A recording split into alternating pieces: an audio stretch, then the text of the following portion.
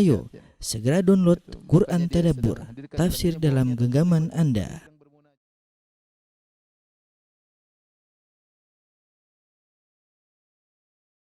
Pada ayat 41 Allah Subhanahu wa taala berfirman, ya, ini adalah kisah tentang orang-orang Yahudi yang mereka ada di antara mereka terjadi perzinahan, kemudian mereka ingin berhukum kepada Nabi sallallahu alaihi wasallam. Nanti akan kita bacakan insyaallah asbabun nuzul ayat ini. Saya bacakan firman-Nya, kata Allah Subhanahu wa taala, "Ya ayyuhar rasulu la yahzunkal ladzina yusari'una fil kufr minal ladzina qalu amanna bi afwahihim wa lam tu'min qulubuhum wa minal ladzina hadu sama'una lil kadhibi sama'una liqaumin akharin lam ya'tu yuharrifuna al-kalima an mawadhi'ihi." Kata Allah Subhanahu wa taala, wahai Rasul, janganlah kau disedihkan oleh orang-orang yang bersegera memperlihatkan kekafirannya. Minal ladzina qalu amanna, di antaranya orang-orang yang mereka mengucapkan dengan mulut mereka bi afwahihim, kami telah beriman, walam tu'min qulubuhum, namun ternyata hati mereka tidak beriman. Wa minal ladzina hadu, demikian juga orang Yahudi yang menyedihkan engkau. Apa sih sifat mereka? Sama'una lil kadzib, mereka suka mendengar perkataan-perkataan dusta. Sama'una liqaumin akharin, mereka juga suka mendengarkan dari kaum yang lain. Lam ya'tuk, yang tidak datang kepadamu. Yuharrifunal kalima min ba'di mawadhihi, mereka merubah tafsiran dari tempatnya, ya. Mereka merubah tafsiran dari tempatnya. Kemudian kata Allah Subhanahu wa taala, yaquluna in utitum hadza fakhudhuhu wa illam tu'tauhu fahdharu wa man yuridillahu fitnatahu falan tamlika lahu minallahi syai'a. Ulaika alladziina lam yuridillahu an yutahhira qulubahum lahum fid dunya khizyun wa lahum fil akhirati adzabun azim. Ya, mereka mengubah perkataan-perkataan firman Allah itu Taurat, orang Yahudi dari tempatnya, dan mereka mengatakan, jika diberikan ini yang sudah diubah-ubah oleh mereka kepada kamu, maka terimalah. Dan jika kamu diberi yang bukan ini, maka hati-hatilah. Barang siapa yang Allah menghendaki kesesatannya, maka sekali-sekali kamu tidak mampu menolak suatu pun yang datang dari Allah.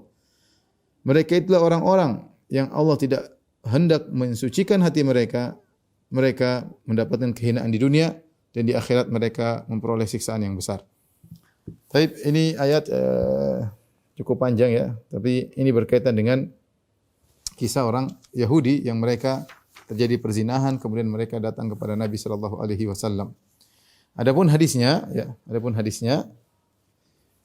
dari Al-Bara bin Azib radhiyallahu ta'ala anhu dalam Sahih Muslim, murra 'ala Nabi sallallahu alaihi wasallam bi Yahudiyyin muhammaman. Suatu hari Rasulullah sallallahu dilewati oleh seorang Yahudi muhammam. Muhammam itu wajahnya dikasih arang warna hitam, ya. Arang yang sudah hitam dicoret-coret di wajahnya. Majludan, dalam kondisi dicambuk, ya, dicambuk. Fada'ahum sallallahu alaihi wasallam. Rasulullah pun manggil orang Yahudi. Faqala hakadha tajiduna haddaz zani fi kitabikum? Maka Rasulullah bertanya, apakah demikianlah kalian mendapati hukuman bagi orang yang berzina dalam kitab kalian, itu dalam Taurat, ya. Qalu na'am, kata mereka, benar ya Rasulullah, wahai Muhammad. Fada'a rajulan min ulama'ihim, maka Rasulullah pun memanggil salah seorang dari ulama mereka. Kemudian Rasulullah bertanya kepada dia dengan serius. Kata Rasulullah, anshuduka billah alladhi anzala Taurata ala Musa. Aku, ya, bertanya kepada engkau dengan menyebut nama Allah yang telah menurunkan Taurat kepada Musa. Ahakadha tajiduna haddaz zani fi kitabikum? Apakah begini cara hukum had bagi orang yang berzina dalam Taurat? Cuma dikasih arang-arang wajahnya kemudian dicambuk, tidak dirajam? Qala la. Ya. Akhirnya orang alim Yahudi ini mengaku, katanya tidak. Walaula annaka nashattani bihadza lam ukhbirka. Seandainya kau tidak bertanya kepadaku dengan menyebut nama Allah yang telah menurunkan Taurat kepada Musa, aku tidak akan mengabarkan kepadamu. Najiduhu rajma, kami dapati dalam Taurat bahwasanya orang yang berzina dirajam. Walakinnahu kathura fi asyrafina. Akan tapi terjadi banyak perzinahan pada orang-orang mulia di antara kami, orang kaya atau pembesar-pembesar. Fakunna idza akhadna syarifa taraknahu. Kalau ternyata di antara kami ada yang berzina, orang-orang kaya, orang pembesar yang berzina, maka kami biarkan. Wa idza akhadna dhaif aqamna alaihi al-had. Kalau ternyata yang berzina orang miskin atau orang lemahan, orang pasaran, orang bawahan, kami tegakkan hukum had, kami rajam. Qulna ta'alau. Akhirnya kami sepakat supaya tidak ada kecemburuan antara orang kaya dan orang miskin. Kami pun berkata, marilah fal najtami ala syai'in, kita berkumpul untuk sepakat tentang suatu hukum baru, nuqimuhu ala syarif wal wadhi'. Yang hukum ini bisa kita terapkan bagi orang kaya maupun orang miskin. Ya. Faja'alna tahmima wal jalda makana rajmi. Akhirnya kami rubah. Tadinya rajam diganti dengan mengarangkan atau menghitamkan wajah dengan arang dengan disertai dengan cambuk. Maka Rasulullah sallallahu alaihi wasallam kemudian mendengar jawaban tersebut. Rasulullah berkata, "Allahumma inni awwalu man ahya amraka idza amatuh." Ya Allah, sungguhnya aku adalah orang yang pertama kali akan menghidupkan ya syariatmu jika mereka mematikan syariat tersebut. Itu Rasulullah akan menegakkan rajam.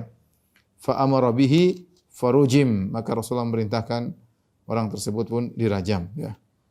Fa anzalallahu azza wa jalla, maka Allah turunkan firman-Nya, ya ayyuhar rasulu la yahzunkal ladzina yusari'una fil kufur. Wahai Rasul, janganlah kau disedihkan dengan orang-orang yang bersegera melakukan kekufuran. Kemudian sampai firman Allah, in utitum hadza fakhudhuh. Ya, kalau diberikan itu maka ambillah, kalau tidak maka jangan diambil, ya. Mereka berkata, ketika mereka terjadi perzinahan di antara mereka, berkatalah sebagian mereka, itu Muhammadan sallallahu alaihi wasallam. Pergilah kalian menuju Muhammad. Fa in amarakum bitahmim wal jaldi fakhudhu. Kalau ternyata kalian tanya apa hukum orang yang berzina, kalau Muhammad mengatakan dikasih arang hitam, kemudian dicambuk, maka ambillah hukum darinya. Wa in aftakum birajmi fahdharu. Kalau ternyata Muhammad memberi fatwa kepada kalian untuk dirajam orang yang berzina, maka hati-hati. Fa anzalallahu ta'ala, maka Allah menurunkan firman-Nya, wa man lam yahkum bima anzalallahu fa ulaika humul kafirun. Barang siapa yang tidak berhukum dengan hukum Allah, maka mereka adalah orang kafir.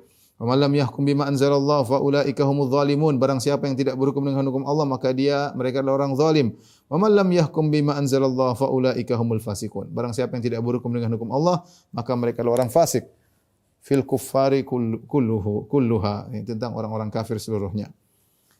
Dalam Sunan Abi Daud, saya bacakan riwayat yang lain yang mendukung riwayat ini. Tadi Sahih Muslim, sekarang Sunan Abi Daud, ya. Dari hadis Abu Hurairah, ya. Kata Abu Hurairah radhiyallahu anhu, zana rajulun minal yahud wa imra'ah. Ada seorang laki Yahudi berzina dengan seorang wanita. Faqala ba'dhum li ba'dhin, maka sebagian mereka ngomong di antara yang dengan sebagian yang lain, idhabu bina ila hadzal nabi. Ayo kita pergi kepada nabi ini. Ya, maksudnya Nabi Muhammad sallallahu alaihi wasallam. Fa innahu nabiyyun bu'itsa bitakhfifat. Ini nabi diutus oleh Allah dengan keringanan-keringanan. Dan benar memang nabi memang diutus dengan banyak keringanan, hal-hal yang berat di zaman Bani Israel diringankan bagi syariat Islam. Ya, dalam banyak hal.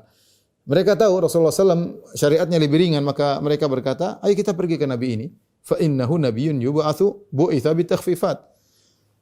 Sungguhnya dia adalah seorang nabi yang diutus dengan syariat-syariat yang diringankan, tidak seperti syariat kita, syariat Nabi Musa. Fa in afta bil futya duna rajmi qulnaha qabilnaha. Kalau nanti dia ternyata berfatwa dan fatwanya hukumannya lebih ringan daripada rajam, yang penting jangan rajam, kita terima fatwa dia. Ya. Wah tajajna biha indallah, dan kita bisa punya bukti di sisi Allah nanti di hari kiamat. Yang penting udah tanya nabi yang baru. Jadi mereka tahu Nabi Muhammad adalah nabi yang terakhir.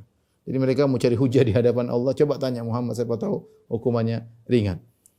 Wa qulna futya nabiyyin min anbiya'ika. Maka kita akan berkata di hadapan Allah, ya Allah, kami tidak menegakkan rajam karena ini fatwa dari salah seorang nabimu. Akhirnya mereka berharap Nabi berfatwa agar tidak dirajam. Fa atau Nabi sallallahu alaihi wasallam wa huwa jalisun fil masjid fi ashabihi. Akhirnya mereka datang kepada Nabi sallallahu alaihi wasallam. Rasulullah SAW sedang duduk di masjid dengan para sahabat. Faqalu ya Abul Qasim, ma tara fi rajulin wa imra'atin zanaya. Mereka berkata, wahai Abul Qasim, itu kunyahnya Nabi Muhammad. Wahai Muhammad, bagaimana pendapatmu tentang seorang laki dan wanita yang berzina? Falam yukallimhum Nabi sallallahu alaihi wasallam hatta ata baita midrasihim. Faqama 'ala al-bab faqala anshudukum billahi alladhi anzala at-taurata 'ala Musa, ma tajiduna fi at-taurati 'ala man zana idza uhsin. Nabi tidak jawab. Kemudian Nabi pergi ke rumah mereka. Kemudian Nabi berdiri di depan pintu. Nabi bertanya kepada mereka, kepada orang Yahudi. Aku bertanya kepada kalian dengan nama Allah yang telah menurunkan Taurat kepada Musa. Apa yang kalian dapati dalam Taurat? Hukum orang yang berzina jika sudah menikah? Qalu yuhammam wa yujabbahu wa yujlad. Yaitu di dalam Taurat dikasih hitam wajahnya, kemudian dicambuk. Ya. Adapun yujabbahu artinya diarak, diletakkan kedua pezina tersebut di atas himar, ya. Kemudian dibalik, ya, kemudian diiring. Ya. Ya mungkin wajahnya di pantatnya himar atau bagaimana. Intinya dikasih hitam wajahnya, kemudian ditaruh di atas himar keledai, kemudian dicambuk, yutofa bihima, kemudian diarak, ya, diarak untuk diarak di antara mereka untuk dipermalukan, ya. Wasakata syabun minhum. Semua jawab, oh hukumannya begini. Ada satu orang pemuda yang tidak jawab, dia diam. Dia tidak jawab. Yang lain sudah jawab. Oh caranya di Taurat, caranya dikasih hitam-hitam, kemudian diarak, dicambuk. Ada seorang pemuda yang diam aja. Falamma ra'ahu Nabi sallallahu alaihi wasallam sakat, ketika Rasulullah SAW melihat dia berdiam, kemudian Nabi bertanya lagi, ya, benarkah kau dapati? Aku bertanya kepada engkau dengan nama Allah. Benarkah kau dapati dalam Taurat seperti itu? Maka akhirnya dia menjawab, ya, fa inna najidu fit Taurati rajma. Kami dapati dalam Taurat orang yang berzina dihukum rajam. Jadi inilah sebab turun ayat ini, ya, karena orang-orang Yahudi mereka tidak ingin kalau ada yang berzina kemudian dirajam. Tapi kita akan bacakan ayat ini sambil kita ambil faedah dari ayat ini sedikit demi sedikit. Pertama, Allah buka dalam surat Al-Maidah ayat 41, ya ayyuhar rasul. Ini panggilan Allah kepada Nabi dengan panggilan yang mulia. Ya ayyuhar rasul, ya ayyuhan nabi. Ya, ini sudah kita jelaskan dalam tafsir surat Al-Ahzab. Allah tidak memanggil ya Muhammad, ya, tapi Allah panggil ya ayyuhan nabi, ya ayyuhar rasul. La yahzunka alladziina yusari'una fil kufr. Janganlah kau disedihkan dengan orang-orang yang bersegera menuju dalam kekufuran. Ya. Minal ladzina qalu amanna bi afwahim.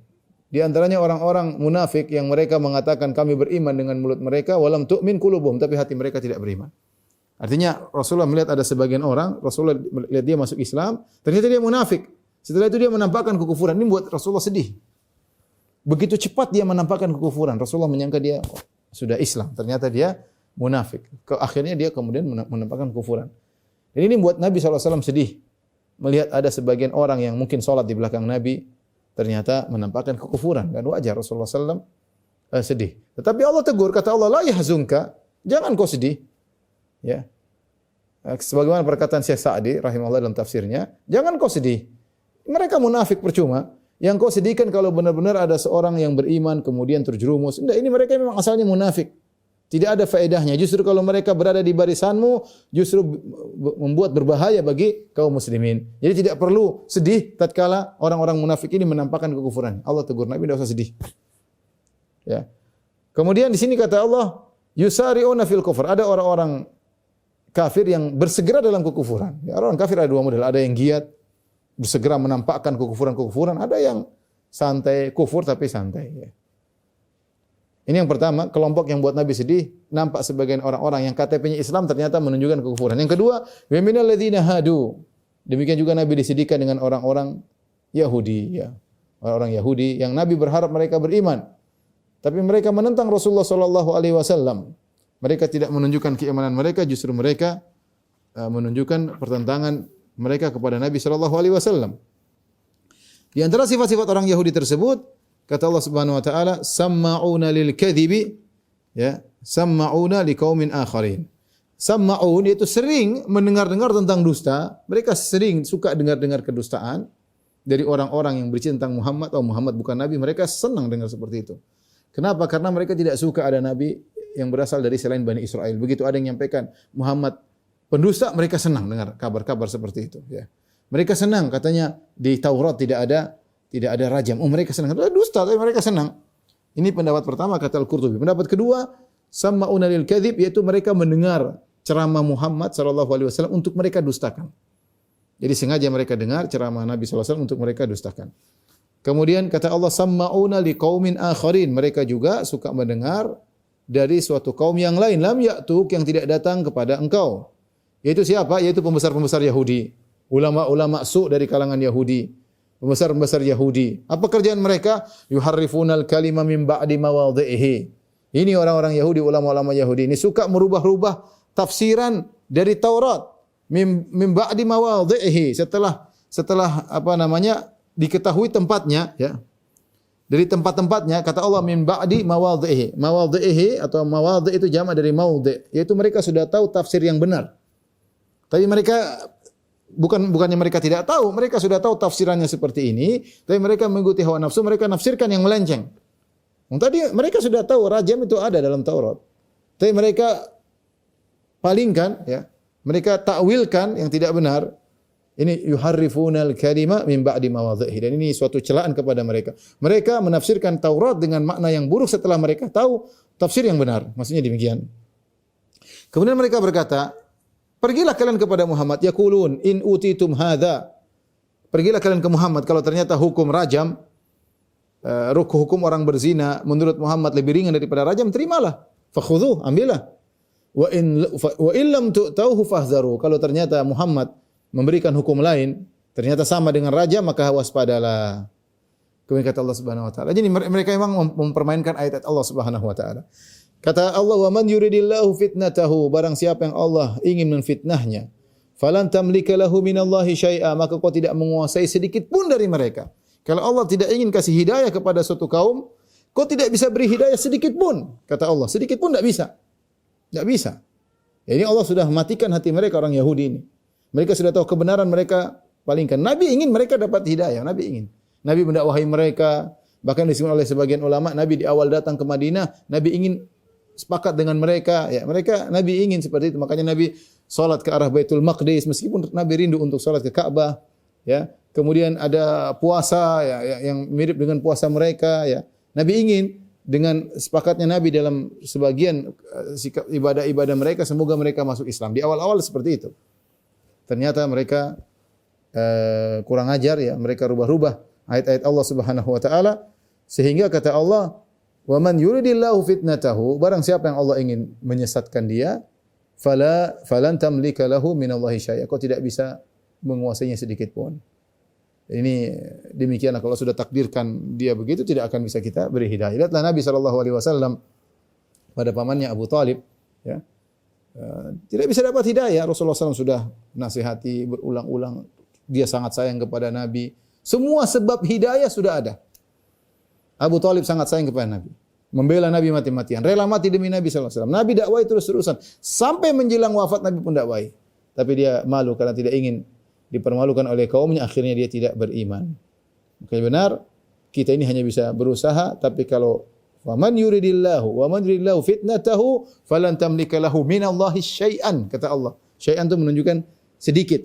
Kalau Allah sudah menghendaki fitnah pada seseorang, kau tidak bisa menolongnya sedikit pun. Ulaika alladzina lam yuridillahu an yutahhira qulubahum. Kata Allah, mereka itulah orang Yahudi, orang munafik juga, ya, sama munafik juga tidak bisa dapat hidayah. Saya kadang mikir bagaimana munafik, orang munafik, karena Allah menyebutkan dua kelompok yang buat sedih Nabi, kelompok munafik dan kelompok Yahudi. Dua-duanya buat Nabi sedih. Nabi ingin semua orang dapat hidayah. Nabi ingin semua orang masuk Islam karena lembutnya hati Nabi. Sehingga ketika ada orang munafik menampakkan kemunafikannya, orang Yahudi bersikeras dalam kekufurannya, Nabi sedih. Nabi sedih. Ya, orang munafik pun demikian. Bagaimana sebab hidayah sudah ada di depan mata mereka. Mereka lihat Nabi langsung, mereka lihat akhlak Nabi langsung. Mereka tahu bahasa Arab, mereka mendengar ceramah Nabi, mereka ikut peperangan Nabi, mereka melihat mukjizat-mukjizat Nabi. Tapi subhanallah, kalau Allah tidak kasih hidayah, falan tamlika lahu minallahi syai'a. Kau tidak bisa menolong mereka sedikit pun, tidak bisa memberikan hidayah kepada mereka sedikit pun, kata Allah Subhanahu wa taala. Ulaika alladzina lam yuridillahu ayyutahhira qulubahum. Mereka itulah orang-orang yang Allah tidak ingin mensucikan hati mereka. Ini penting perhatian kita terhadap hati, ya. Hati harus kita perhatikan, ya. Adapun mereka ini Yahudi dan munafik, mereka orang yang tidak ingin disucikan hati mereka, ya. Ya. Allah berfirman tentang orang-orang munafik, fi qulubihim marad. Pada hati mereka ada penyakit. Ada penyakit. Ya. Dikatakan kepada Ibnu Abbas tentang orang Yahudi. Orang Yahudi mengatakan, kami kalau ibadah kepada Allah kami khusyuk. Kami khusyuk. Orang Islam kalau ibadah enggak khusyuk, terkadang tergoda berpikir ke sana kemari. Kata Ibnu Abbas menjawab dengan mudahnya, kaifa ya'ti syaitan ala qalbin kharib. Ngapain syaitan menggoda hati yang sudah rusak? Enggak perlu mereka enggak rasa khusyuk, biarin aja. Karena mereka sudah syirik dan kufur. Yang digoda orang Islam yang bertauhid, datang syaitan menggodanya. Ya. Allah tidak ingin mensucikan hati-hati orang-orang Yahudi dan orang-orang munafik yang seperti ini, ya. Yang sudah tahu kebenaran kemudian mereka menyimpangkannya dari makna yang sebenarnya. Sebenarnya mengatakan hati-hati, sebagian ulama-ulama yang menyesatkan pun demikian. Sebagian ahlul bidah mereka tahu tafsiran seperti itu, mereka palingkan. Sudah tahu zahirnya seperti itu, kalau tidak sesuai dengan hawa nafsu mereka, mereka palingkan. Dan ini adalah kemiripan dengan orang Yahudi. Sudah tahu kebenaran malah ditakwil-takwilkan. Kemudian kata Allah Subhanahu wa taala, lahum fid dunya khizyun, bagi mereka kehinaan di dunia, wa lahum fil akhirati adzabun azim, dan bagi mereka di akhirat azab yang pedih. Di dunia kehinaan, di akhirat azab yang pedih. Setelah itu Allah berfirman, samma'una lil kadhibi. Allah ulangi lagi. Ya, di antara hobi mereka orang Yahudi ini adalah samma'una lil kadhib. Suka mendengar hal-hal yang dusta tentang Rasulullah sallallahu alaihi wasallam, tentang Islam, ya. Mereka suka dengar. Allah kuatkan, ulangi, sebut lagi. Samma'una lil kadhib, suka mendengar dusta, atau suka mendengar, kata Al-Qurtubi makna kedua, suka mendengar tentang ceramah Nabi dalam rangka untuk mencari-cari celah kesalahan untuk menghantam Rasulullah sallallahu alaihi wasallam, untuk mendustakan Nabi sallallahu alaihi wasallam. Sifat mereka seperti itu. Kemudian akaluna lis-suhud, dan di antara ciri mereka suka makan yang haram. As-suhud, ya. As-suhud dalam bahasa Arab artinya istisal, yaitu menghabiskan, menghancurkan. Seperti firman Allah Subhanahu wa taala tentang perkataan Nabi Musa kepada para penyihir. Kata Nabi Musa, "La taftaru 'ala Allahi kadziban fayushitakum bi'adzab." Wahai para penyihir, jangan kalian berusaha nama Allah, fayushitakum, yaitu suhud.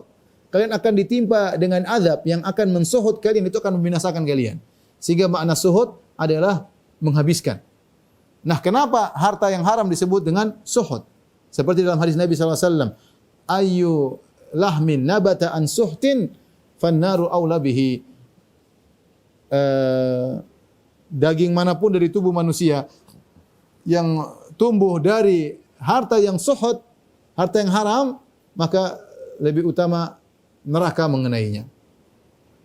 Kenapa dikatakan suhud? Kata Al-Qurtubi rahimahullahu ta'ala, karena harta yang haram dikatakan suhud, karena harta tersebut akan menghabiskan ketaatan-ketaatan. Akan menghabiskan ketaatan-ketaatan. Mengerikan. Ini kata Al-Qurtubi dalam tafsirnya. Kenapa? Kalau orang makan haram, banyak ketaatan tidak diterima.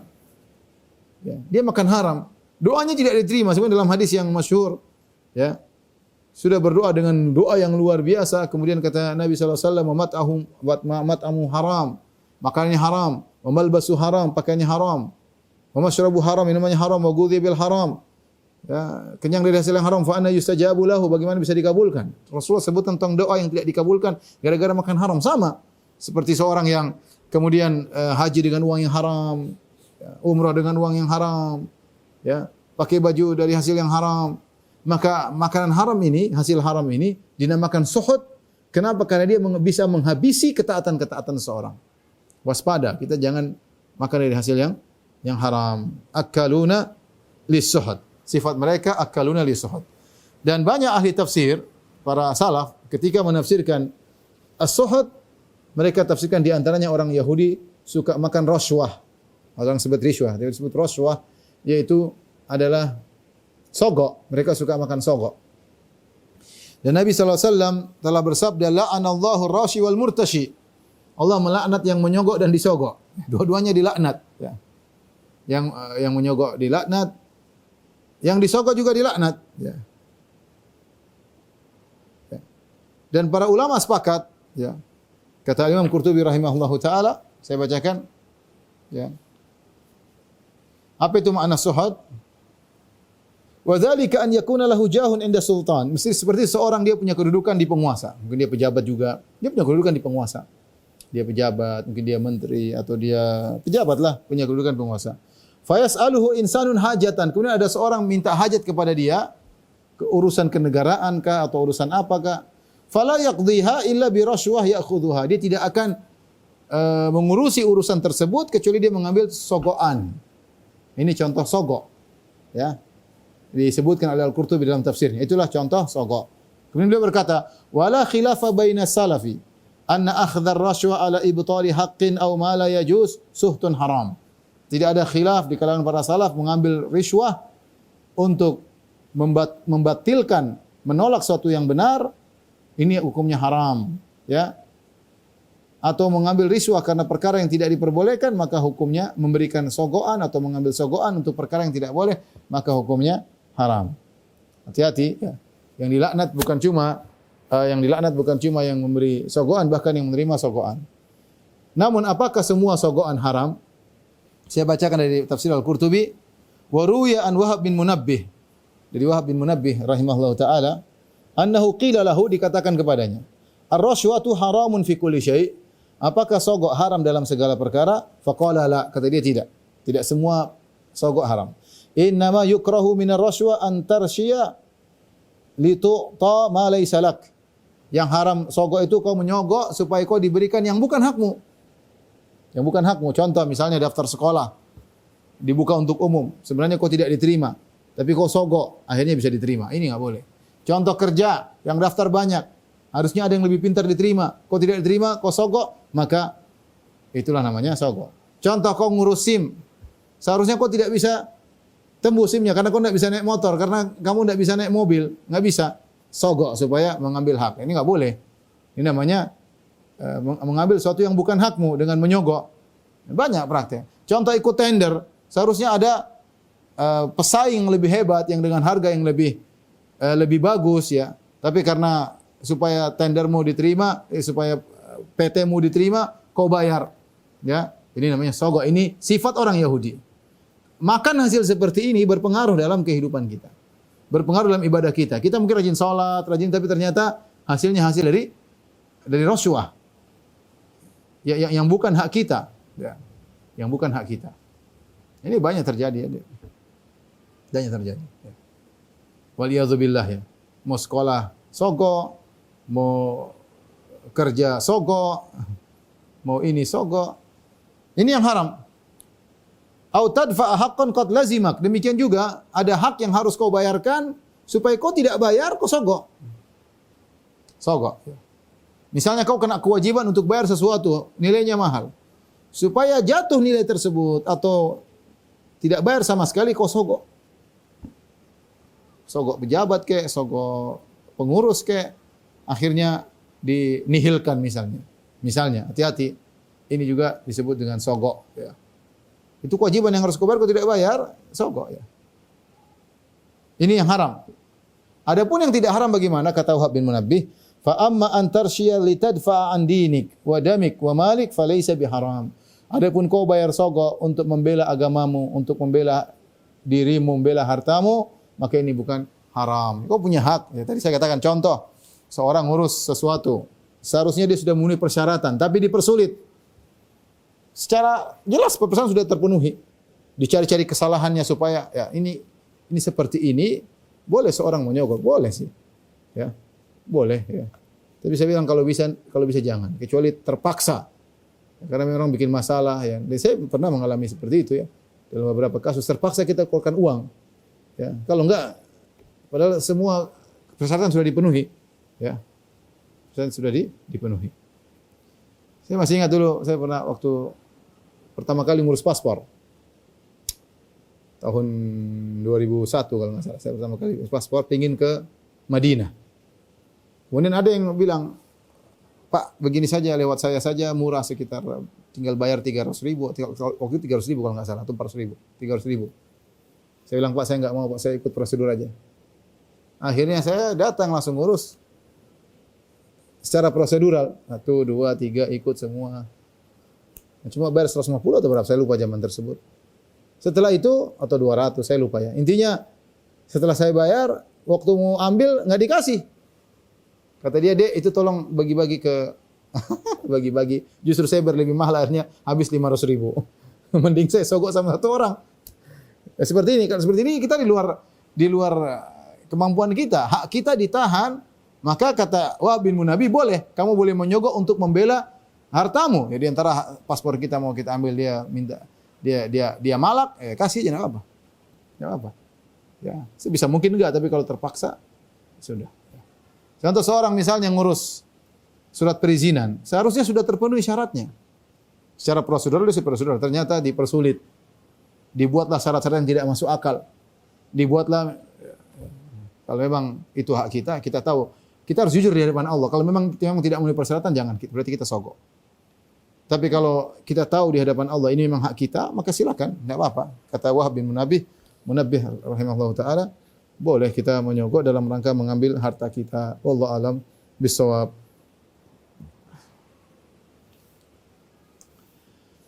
Kemudian kata Allah Subhanahu wa taala, "Fa in ja'uka fahkum bainahum aw a'rid anhum."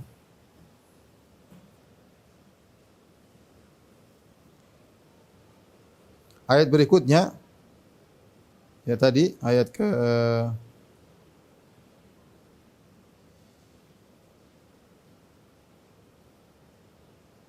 42, sama'una lil kadhibi akaluna li suhad. Inilah mereka orang Yahudi suka mendengarkan perkataan dusta, makan yang haram. Fa in ja'uka fahkum bainahum, kalau mereka datang kepadamu maka hukumlah di antara mereka. Wa in tu'rid anhum fala yadhurruka syai'a. Kalau kau berpaling dari mereka, tidak mau menghukumi, tidak menegakkan hukum di antara mereka, maka mereka tidak akan beri mudarat kepada engkau sama sekali. Wa in hakamta fahkum bainahum bil qisti. Tapi kalau kau menegakkan hukum di antara mereka, maka hukumlah dengan keadilan. Innallaha yuhibbul muqsitin. Sungguhnya Allah mencintai orang-orang yang berbuat keadilan. Allah jelaskan, kalau mereka datang kepadamu, seperti tadi, mereka ada kasus, di antaranya kasus zina. Kalau mereka datang kepadamu untuk minta kau memberi hukuman kepada mereka, ya, maka terserah, kata Allah, kasih dua pilihan. Kau boleh hukum, boleh enggak. Ya, mereka orang Yahudi. Kau mau hukum, silakan. Enggak juga enggak apa-apa. Kata Allah, wa in tu'rid anhum falan yadhurruka syai'a. Kalau kau berpaling tidak mau menghukum mereka, ya urusan kalian sendiri. Ngapain datang ke saya? Kalian Yahudi tidak beriman kepada saya. Ngapain datang ke saya? Boleh, dan mereka tidak akan beri mudarat kepada engkau sama sekali, wahai Muhammad. Tapi kalau pilihan pertama, wa in hakamta, tapi kalau kau mau hukumin mereka, boleh, kata Allah, fahkum bainahum bil qista. Maka tegakkanlah hukum dengan hukum yang benar, yang adil. Hukum Allah, jangan ikuti hukum mereka. Ya, jangan ikuti hukum mereka. Orang Yahudi punya hukum sendiri, tapi kalau dia datang kepada engkau, wahai Muhammad, minta hukuman, maka hukumlah dengan syariat Allah, dengan Al-Quran. Jangan ikuti hukum mereka. Innallaha yuhibbul muqsitin, sesungguhnya Allah mencintai orang-orang yang berbuat adil. Kemudian ayat berikutnya, ayat ke-43, kata Allah Subhanahu wa taala, "Wa kaifa yuhakkimunaka wa indahumut Taurat?" Dan bagaimana mereka mengangkatmu menjadi hakim bagi mereka dalam kasus mereka, wa indahumut Taurat, sementara di sisi mereka ada Taurat, fiha hukmullah, di situ ada hukum Allah. Tsumma yatawallawna min ba'di dzalik. Kemudian mereka berpaling sesudah dari keputusanmu, wa ma ulaika bil mu'minin, ternyata mereka bukanlah orang yang beriman. Aneh mereka ini. Bukankah mereka beriman kepada Taurat? Fiha hukmullah, kata Allah, dalam Taurat masih ada hukum Allah yang berlaku, yaitu hukum rajam. Kenapa mereka berpaling? Ternyata mereka datang ke Muhammad sallallahu alaihi wasallam untuk mencari-cari keringanan. Untuk mencari-cari keringanan. Ya. Setelah Nabi kasih keputusan, mereka tidak suka. Nabi kata mereka tidak suka karena tujuan mereka mencari keringanan. Aneh, kata Allah. Fa kaifa yuhakkimunaka wa indahumut Taurat? Bagaimana mereka menjadikan engkau hakim sementara Taurat ada? Fiha hukmullah, ada rajam di situ hukumnya. Tsumma yatawallawna min ba'di dzalik. Kemudian mereka berpaling. Engkau sudah kasih keputusan, mereka tidak terima. Wa ma ulaika bil mu'minin. Mereka bukan orang-orang yang beriman. Ya. Mereka bukanlah orang-orang yang beriman. Taib, di sini ikhwan dan akhwat yang dirahmati Allah Subhanahu wa taala, ada beberapa sifat orang-orang Yahudi yang Allah sebutkan tadi dari ayat yang kita bahas, hendaknya kita jauhi, ya. Di antara sifat-sifat mereka adalah suka makan harta yang haram. Maka barang siapa yang makan dari harta yang haram, sogok menyogok, ya, itu adalah memiliki sifat Yahudi. Hati-hati saya katakan kepada orang-orang yang memegang proyek. Kalau itu proyek pemerintah, maka jangan dikorupsi. Ya, tidak dikorupsi depan mata, korupsi di belakang. Ya. Memilih perusahaan tertentu, dimenangkan dalam tender, tapi ada kong-kali-kong di belakang. Bagi saya sekian, bagi saya sekian. Ya, dan ini hati-hati, ini adalah makan rashwah, ini adalah sifat orang-orang Yahudi. Dan dikhawatirkan salat Anda tidak diterima, ya. Dikhawatirkan puasa Anda tidak diterima. Kalau Anda berhaji, dikhawatirkan haji Anda tidak diterima. Waliyadzubillah, ini sifat orang-orang Yahudi. Kemudian di antara sifat-sifat orang Yahudi, yaitu bertanya untuk mencari-cari keringanan. Jadi mereka datang kepada Rasulullah SAW buat apa? Buat tanya hukumnya, mudah-mudahan ringan. Ternyata mereka dapat jawaban yang tidak mereka setujui. Oleh karena kalau seorang sudah tahu hukumnya, tanya sama ustaz hukumnya apa haram, dan dia tahu benar haram, dalilnya kuat haram. Maka jangan cari lagi ustaz yang lain. Ya, siapa tahu bisa halal, siapa tahu. Loh kecuali Anda tidak terima penjelasannya. Kalau ustaz tersebut sudah jelaskan dan logis, masuk akal, dalilnya oke, sudah. Jangan ikuti hawa nafsu, coba ustaz ini kenceng, cari ustaz yang fleksibel. Itu ustaz Masya Allah bijak. Sekarang ada sebagian ustaz yang kalau mudah menghalalkan dibilang ustaz yang bijak.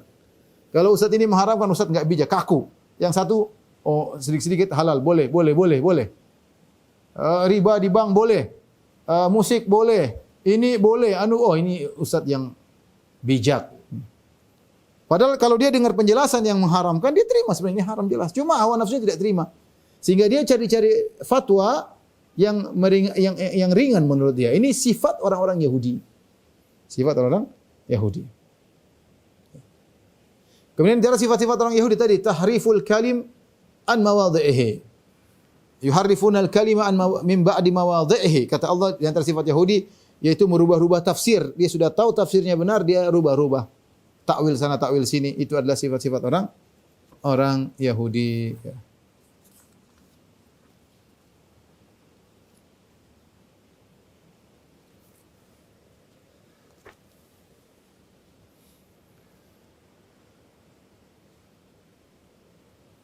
Taib, kita lanjutkan ayat berikutnya. Kata Allah Subhanahu wa taala, "Inna anzalna at-taurata fiha hudan wa nur." Kata Allah Subhanahu sungguhnya kami telah menurunkan kitab Taurat, di dalamnya ada petunjuk dan cahaya yang menerangi. Yahkumu bihan nabiyyuna alladzina aslamu.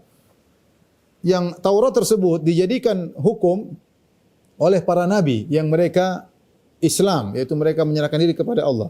Lilladzina hadu, ya, untuk memutuskan perkara orang-orang Yahudi. Kemudian siapa lagi? Warabbaniyun, demikian juga rabbaniyun dari kalangan Bani Israel. Wal ahbaru, demikian juga ulama Bani Israel. Bimastuhfidhu min kitabillah, ya. Yang mereka diperintahkan untuk memelihara kitab-kitab Allah. Wa kanu alaihi syuhada, dan mereka menjadi saksi terhadap hal tersebut. Kemudian kata Allah, "Fala takhshawun nasa wakhshawni." Janganlah takut kepada manusia, tapi takutlah kepadaku. "Wa la tashtaru bi ayati llahi tsamanan qalila." Dan janganlah kalian membeli atau janganlah kalian menjual ayat-ayatku dengan nilai yang sedikit, duniawi. "Wa man lam yahkum bima anzalallahu fa ulaika humul kafirun." Barang siapa yang tidak berhukum dengan hukum Allah, maka mereka adalah orang-orang kafir. Ayat ini ya Allah sebutkan ya, kami telah turunkan Taurat, dalamnya ada petunjuk dan cahaya ya. Dan Taurat sekarang mengalami perubahan ya, ada tangan-tangan kotor yang berubahnya, dan Allah sebut dalam banyak ayat, wa ilal ladzina yaktubunal kitaba bi aydihim thumma yaquluna hadza min indillahi liyashtaru bihi thamanan qalila. Celaka orang-orang yang menulis Taurat dengan tangan-tangan mereka, kemudian mereka mengatakan ini dari Allah Subhanahu wa taala untuk memperoleh sedikit perkara dunia ya. Jadi saya sudah pernah sampaikan bahwasanya kitab-kitab umat terdahulu mengalami perubahan. Pertama dari sisi mereka lupa wa nasu hadzam mimma dzukiru bih. Mereka lupa. Perubahan di sisi kedua, mereka nafsirkan sembarangan, yuharrifunal kalima min ba'di mawadhi'ihi. Mereka menafsirkan sembarangan. Terus yang ketiga, mereka ngarang sendiri. Ya. Sampai dalam kitab Taurat sendiri tentang kisah kematian Nabi Musa ya, disebutkan Nabi Musa kemudian meninggal di daerah ini dan tidak ada seorang pun yang tahu kuburannya ya. Bagaimana kemudian yang nulis adalah Musa, yang jelas ada orang ketiga yang menulis tentang kisah Nabi Musa. Yang ini merupakan dalil bahwasanya Taurat sebagiannya bukan wahyu dari Allah Subhanahu wa taala. Ada pembahasan khusus tentang masalah ini. Tapi intinya Taurat ya asalnya adalah cahaya dan petunjuk ya. Namun disimpangkan oleh orang-orang yang tidak benar. Kemudian Allah sebutkan ketika Taurat dalam kondisi benar, yahkumu bihan nabiyyun. Taurat tersebut dijadikan sumber hukum oleh para nabi. Alladzina aslamu, itu para nabi sampai Nabi Isa. Jadi Taurat ini bertahan hukumnya sampai Nabi Isa. Dari Nabi Musa sampai Nabi Isa entah berapa orang nabi. Ada yang mengatakan ratusan, ada yang mengatakan ribuan. Wallahu a'lam bishawab. banyak nabi-nabi antara Nabi Musa dengan Nabi Isa ribuan tahun ada banyak nabi, Yang nabi-nabi itu semuanya berhukum dengan hukum Taurat. Mereka tidak membawa hukum yang baru. Nanti ketika Nabi Isa diutus baru kemudian ada hukum baru dari Allah Subhanahu wa taala dengan Injil, yang di mana Injil memansuhkan sebagian hukum Taurat. Sehingga orang-orang Yahudi tidak mau menerima Nabi Isa karena menurut mereka Taurat tidak bisa dimansuhkan. Ini pembahasan khusus. Intinya nabi-nabi dari Nabi Musa sampai Nabi Isa mereka berhukum dengan Taurat. Makanya Allah mengatakan yahkumu bihan nabiyyun. Taurat itu dijadikan hakim oleh para nabi. Ya. Alladzina aslamu, yang mereka Islam. Ya, kenapa? Kata para ulama untuk membantah Yahudi yang mengatakan para nabi Yahudi, untuk membantah Nasara yang mengatakan para nabi Nasara. Ya. Maka Allah mengatakan mereka para nabi seluruhnya adalah Islam, menyerahkan diri kepada Allah Subhanahu wa taala. Lilladzina hadu, yang para nabi tersebut berhukum dengan Taurat untuk orang-orang Yahudi. Warabbaniyun, Rabbaniyun juga berhukum dengan Taurat. Siapa Rabbaniyun? Rabbaniyun itu orang-orang pembesar-pembesar Yahudi yang mereka berilmu dan mereka ahli siasat. Mereka menjalankan siasat kehidupan mereka dengan Taurat. Kemudian al-ahbar. Adapun al-ahbar adalah para ulama mereka. Jamak dari hibr atau jamak dari habr. Adapun kalau jamak dari habr maknanya adalah orang-orang yang yuhabbirunal kalam, yaitu yang pandai berorasi untuk berdakwah kepada kaumnya. Atau diambil dari hibr, hibr artinya tinta. Artinya mereka saking berilmunya disebut dengan hibr. Ternyata para ulama, mereka juga ulama-ulama Yahudi, mereka berhukum dengan Taurat. Tapi kata Allah, bimastuhfidhu min kitabillah. Dengan apa yang mereka jaga dari kitab Allah Subhanahu wa taala. Wa kanu alaihi syuhada, dan mereka menjadi saksi atas kitabullah. Ini bedanya Al-Qur'an dengan kitab suci terdahulu. Kalau Al-Qur'anul Karim, Allah yang jaga. Kata Allah, Inna nahnu nazzalna dzikra wa inna lahu lahafizun. Kami yang turunkan Al-Qur'an dan kami akan menjaganya. Adapun kitab-kitab suci terdahulu, bimastuhfidhu min kitabillah, maka diamanahkan kepada para pendeta-pendeta, para rahib-rahib untuk menjaga Taurat. Mereka jaga sampai ada satu zaman mereka tidak amanah lagi. Mereka rubah-rubah, mereka tutupi.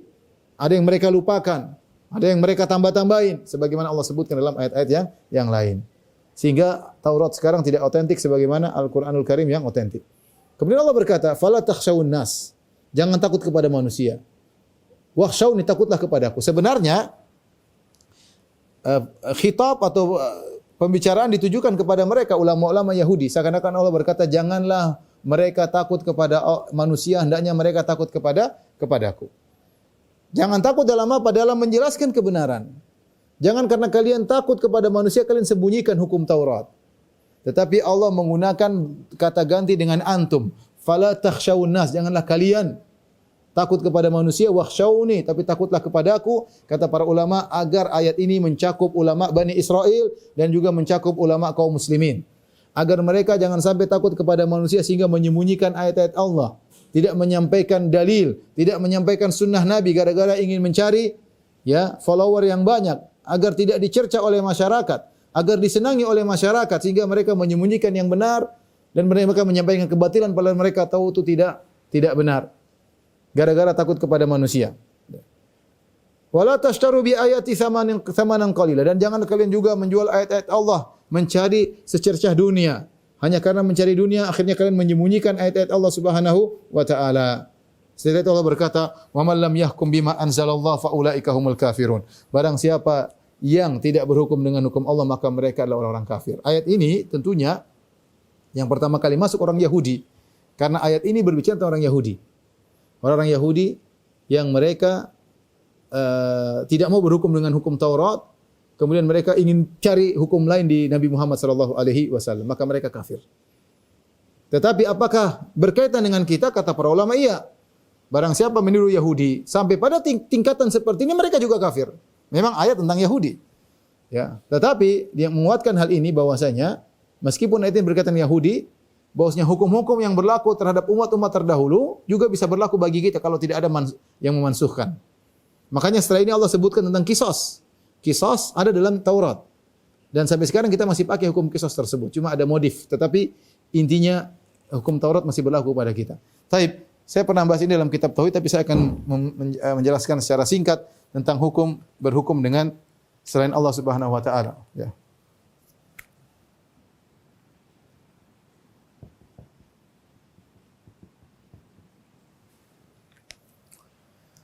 berhukum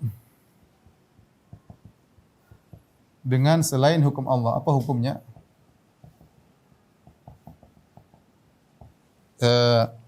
Hukum asalnya adalah syirik kecil, kufur kecil, kufur asghar. Kufrun asghar. Itu kufur kecil. Artinya ini dosa besar, dosa besar.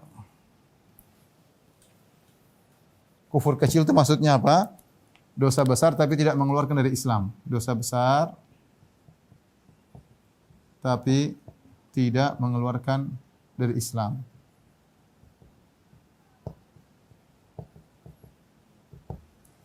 Kemudian yang kedua, kufur akbar.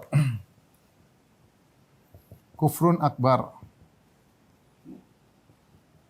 Kufur yang mengeluarkan dari Islam. Kufur besar. Kapan kufur akbar? Syekh Utsaimin rahimahullah menjelaskan, dia jadi kufur akbar jika seperti Yahudi. Yahudi tadi tidak suka dengan hukum rajam, kemudian berusaha mencari hukum lain, tidak ridho dengan hukum Allah Subhanahu wa taala, tidak suka dengan hukum Allah, merasa hukum Allah tidak pas. Karena kalau diterapkan rajam hanya untuk yang miskin, yang kaya bagaimana cuma dicambunglah, kita sepakatin dong hukum baru yang cocok antara kita semua. Caranya gimana? Orang rajam jangan di orang yang zina jangan dirajam, tapi dihitemin wajahnya, kemudian diarak, ditaruh di atas himar, diputar-putar, kemudian dicambuk, sudah cukup ya. Jadi kapan bisa menjadi kufur akbar? Syekh Utsaimin di antaranya mengatakan jika benci dengan syariat Allah. Hati-hati ya. Orang Islam enggak boleh benci dengan syariat Allah. Dia tahu Allah Tuhan yang ciptakan, dia yang ciptakan alam semesta ini punya hukum yang terbaik. Dia benci, bahaya. Dia benci berarti dia tidak suka dengan keputusan Allah. Ini adalah kufur akbar. Kemudian misalnya merasa hukum yang dia buat lebih baik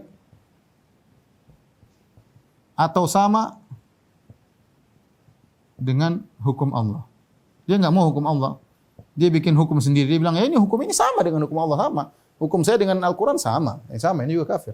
Apalagi dia bilang lebih baik. Wah, lebih baik, lebih parah. Dia bilang sama aja kafir, apa dia mengatakan lebih baik. Ya. Ini juga adalah kekufuran. Atau dia mengatakan bahwasanya hukum Allah